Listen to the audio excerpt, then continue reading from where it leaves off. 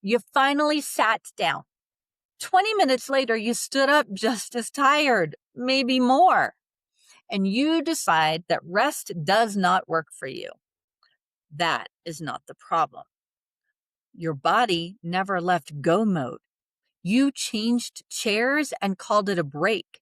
It turns out your body runs in more than two gears, and the one that restores you is the one almost nobody shifts into on purpose. I'm Coach Janet J, and today on Your Next Best Step, we are looking at why sometimes the rest you grab doesn't stick, and the one waking gear that can do the restoring your day off keeps missing. Let me describe a day. You have nowhere you need to be. This is the day you rest. You sit down with your coffee and you notice crumbs on the counter, so you wipe them. Your phone lights up, so you answered the one text, it'll only take a second. You sink into the couch and a load of laundry calls you from the other room. By evening, you have been home all day. You didn't work, and yet somehow you feel as depleted as if you had. What happened is that you idled. The engine ran the whole time in a lower gear, scanning for the next small thing to handle. That is the rest that does not restore. The body never left go mode. There's a moment in Mark's gospel I come back to whenever life gets loud for me. The disciples had been pouring themselves out, so many people coming and going that they had not even stopped to eat. And Jesus says to them in Mark chapter 6, verse 31, "Come with me by yourselves to a quiet place and get some rest." Notice what he prescribes: a different place, a change of state, out of the crowd entirely. He understands something about bodies that we forget when our list is long. You do not recover in the same gear that wore you down. In the 1970s, a Harvard cardiologist named Herbert Benson described what he called the relaxation response. Studying people who meditated, he found that the body has a built-in state, the parasympathetic gear, the opposite of fight or flight. Settle into it and your heart rate slows, your breathing slows, your metabolism drops in a way you can measure. It is real, a physiological gear, deep rest while you are wide awake.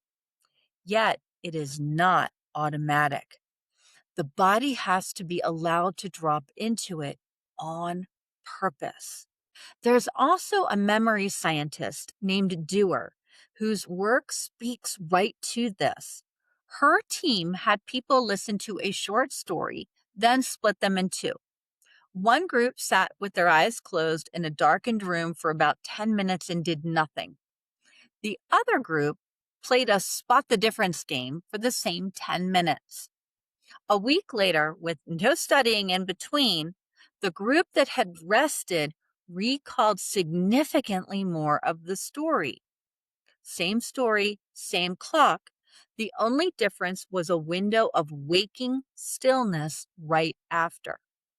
Now, two caveats because I will always give it to you straight. The effect is modest and it has not replicated perfectly in every study. Though, when researchers pool the studies together, the benefits hold up. And this is a memory finding, so I'm not stretching it into a claim about your whole body. What it does show is solid.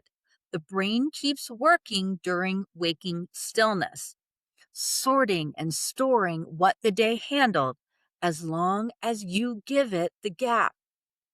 Doing nothing, it turns out, is doing something.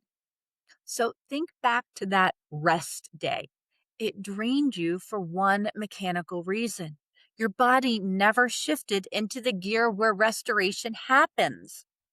It idled in go mode all day, and go mode does not restore.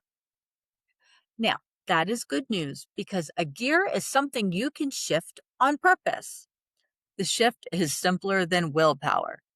You give the body one clear signal and it knows how to drop in.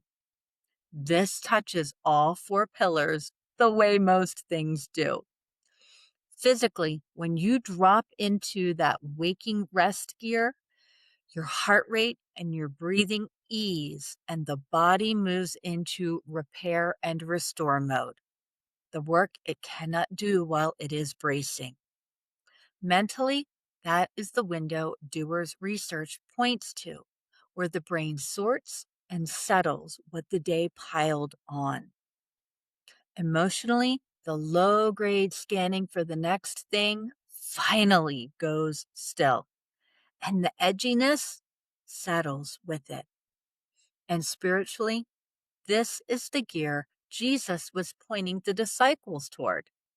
Stillness is the posture where you can hear God over the noise coming and going. Rest does more than maintain the body. It makes you reachable again. So, here is your next best step. Let's call it the waking stillness window, and it runs about 60 to 90 seconds. The whole practice.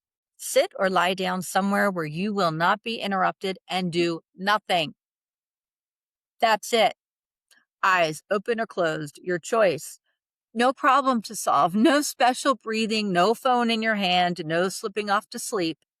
Simply still and awake and off duty. The signal your body needs is the absence of a task. When there is nothing to handle, it believes it is safe to drop into rest gear. One tip, since remembering is the hard part, the first few minutes after you wake up before the day grabs the wheel is one of the easiest slots to drop this into. You are already still and already off duty. Let yourself stay there for 90 seconds before you reach for the phone. Any time of day actually works. Morning can simply be the open door that's already there. So when rest has not been restoring you, the reason is mechanical, and the fix is too. Your body has a waking rest gear that Benson mapped decades ago. The brain does real restoring in stillness the way Dewar's work shows.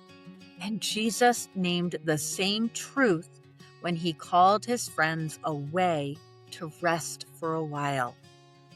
90 seconds of being still and awake and off duty is how you shift into that gear. Give your body the one thing it has been asking for, the absence of a task, and let it do what it already knows how to do. On Monday, we're getting into something a lot of us feel scrolling through July. Follow or subscribe wherever you are listening or watching so you don't miss an episode. I will see you Monday. Take your next best step.